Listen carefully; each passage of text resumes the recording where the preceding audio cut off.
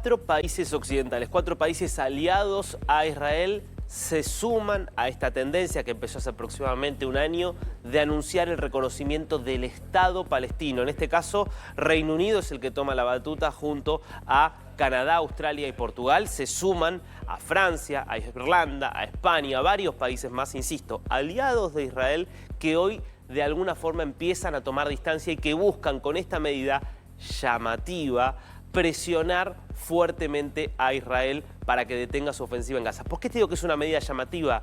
Porque no especifican en qué territorio estaría ese Estado, no especifican quién sería la autoridad que gobernaría en ese Estado que no existe aún hoy, ni siquiera las condiciones en las cuales conviviría ese Estado con Israel.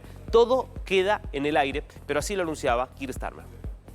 I set out in July the terms upon which we would act in line with our manifesto to recognize Palestinian statehood. That moment has now arrived. So today, to revive the hope of peace and a two-state solution, I state clearly, as Prime Minister of this great country, that the United Kingdom formally recognizes the state of Palestine. Esta medida, que insisto, es puramente simbólica, es impracticable porque no se puede desde afuera decir acá debe haber un Estado cuando, insisto, no hay nadie que esté en condiciones de encarnar ese Estado, porque hoy el liderazgo palestino está distribuido entre Hamás, grupos terroristas y lo que queda de la autoridad palestina en Cisjordania. Es una muestra de cómo Europa y sobre todo muchos países occidentales han perdido de alguna forma el rumbo respecto de cómo tener una política exterior eficaz. Porque, insisto, una cosa es presionar a Israel, una cosa es condenar decisiones o acciones militares de Israel y otra cosa es reconocer que existe una entidad que es absolutamente inexistente, y esto está forzando un Israel que está sin dudas cada vez más aislado y con una posición cada vez más fuerte, porque lo que ayer planteaba el primer ministro de Israel, Benjamin Netanyahu, es reafirmar algo que es el nuevo canon en Israel desde hace un tiempo, sobre todo desde el 7 de octubre, y es que no debe haber un Estado palestino. Así lo decía Netanyahu. יש לי מסר ברור לאותם מנהיגים שמכירים במדינה פלסטינית לאחר הטבח הנורא ב7 באוקטובר. אתם מעניקים פרס עצום לטרור. ויש לי מסר נוסף עבורכם. זה לא יהיה. לא תקום מדינה פלסטינית ממערב לירדן. במשך שנים אני מנעתי את הקמתה של מדינת טרור זו מול לחצים אדירים, גם מבית וגם מן החוץ. עשינו זאת בנחישות ועשינו זאת בתבונה מדינית. לא כל שכן, הכפלנו את ההתיישבות היהודית ביהודה ושומרון ונמשיך בדרך זו. המענה לניסיון האחרון לכפות עלינו מדינת טרור בלב ארצנו, המענה הזה יינתן לאחר שובי מארצות הברית. Este es un cambio de la posición que había mantenido Israel, yo te diría, durante más de 50 años, y es que Israel estaba dispuesto a convivir con un Estado palestino.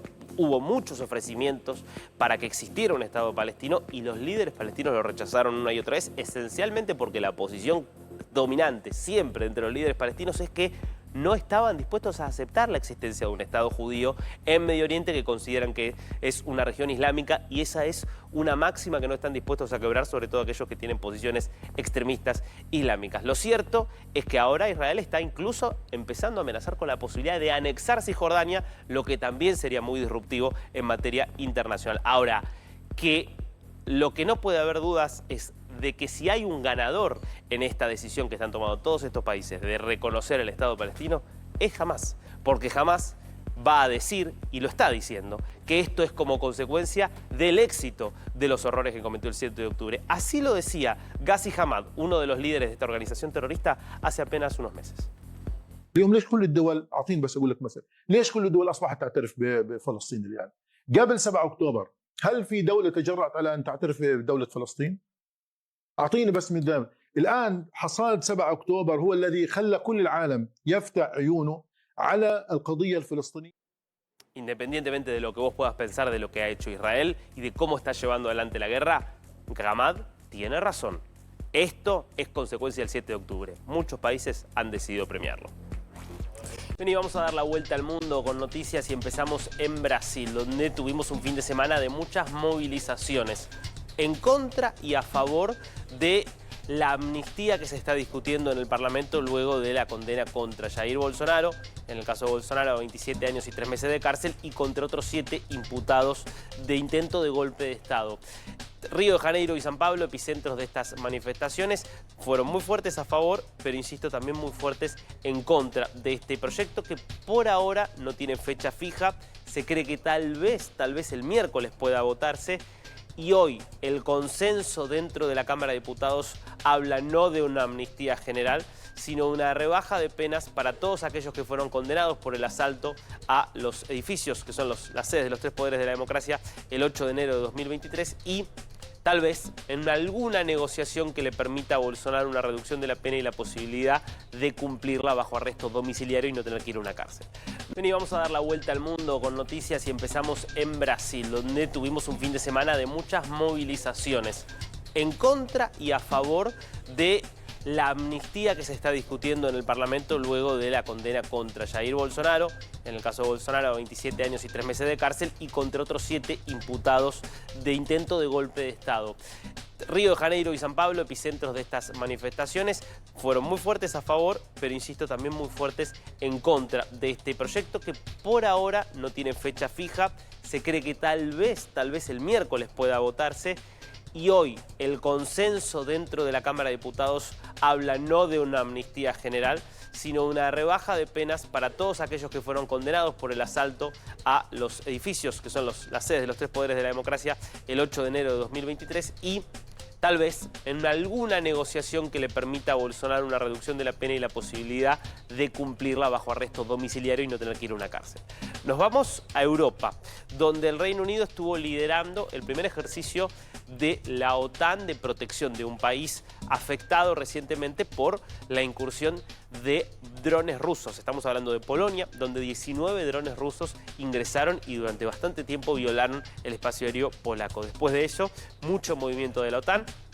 De hecho, el primer ministro Donald Tusk de Polonia anunció la aplicación del artículo cuarto de la OTAN, que supone una consulta entre los 32 miembros, y ahora aviones Typhoon de la Royal Air Force, de la Fuerza Aérea Real del Reino Unido, estuvieron desplegados básicamente como una demostración para Putin de que si vuelve a ingresar al espacio aéreo polaco va a encontrar el apoyo de los demás países de la OTAN sobre Polonia. Y la última también nos lleva a Europa, pero es una discusión en Francia que se está dando en un contexto de muchas protestas que vienen ya de las últimas 2 semanas y de la caída de François Bayrou, que era el primer ministro, precisamente por un proyecto de presupuesto para el año que viene que incluye un fuerte ajuste del gasto. Empieza a crecer entonces la demanda y el pedido para Macron para que establezca un impuesto a los súper ricos. Se habla de un 2% para aquellos con fortunas de más de 100 millones de euros. Bueno, el hombre más rico de Francia, Bernard Arnault, salió con los tapones de punta contra esta medida, diciendo que afectaría a los principios del liberalismo económico, que afectaría a la inversión y que sería una muy mala noticia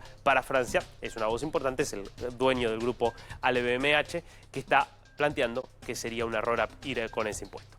Vamos a hablar un poquito de lo que es esta previa, cómo se vive con altísima expectativa de la llegada del presidente, que será mañana, porque parte hoy por la tarde-noche, así que veamos cómo se lo toma allí en Nueva York. ¿Qué tal, Ronen? Buen día.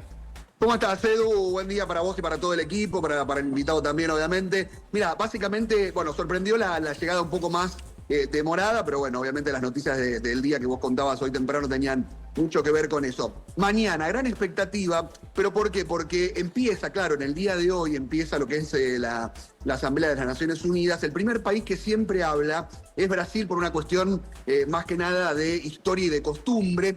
Y claro, el gran momento es el presidente de los Estados Unidos, que lo hace en el segundo día. Esto va a ser mañana. Luego de esa participación que va a tener el presidente Donald Trump, ahí se va a reunir con el presidente de la Argentina, con Javier Milei, que también va a ser parte o va a escuchar en realidad el discurso de Donald Trump mañana en Naciones Unidas. Y a la noche, habitualmente el presidente de los Estados Unidos brinda una cena donde también va a estar Javier Milei, una cena, esto lo va a hacer en el caso de esta cena, va a estar todos los presidentes del mundo, y así va a ser justamente uno de los momentos claves porque van a ver, todo va a ser un segundo encuentro, se van a poder cruzar obviamente nuevamente Javier Milei con Donald Trump en esta cena que brinda el presidente de los Estados Unidos para todos los mandatarios del mundo, no solamente obviamente para nuestro presidente. Y Luego va a estar el día miércoles, el momento de la Argentina, donde va a hablar Javier Milei, más o menos al mediodía, 12:45, y a la noche va a recibir un premio importante. ¿Por qué?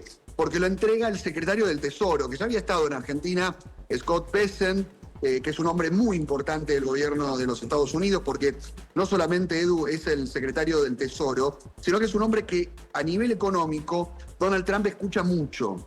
Y eso es clave, obviamente, en la parte económica de los Estados Unidos. Es un hombre de mucha consulta para Donald Trump en lo económico, Scott Bessent. Y finalmente el jueves, que es el último día que va a estar aquí en New York el presidente, se va a encontrar con el primer ministro Benjamín Netanyahu, y además va a recibir un premio y va a estar con el presidente del Congreso Mundial Judío, Donald Lauder, y también con el presidente o el director del Consejo Judío Latinoamericano, del cual también va a recibir una premiación por la defensa que hace Javier Milei de Israel y de las distintas posiciones que tiene Israel en el mundo, Edu. Muy bien. Ronen, gracias. Cualquier novedad, no. Como siempre, acá atentos. Hasta luego.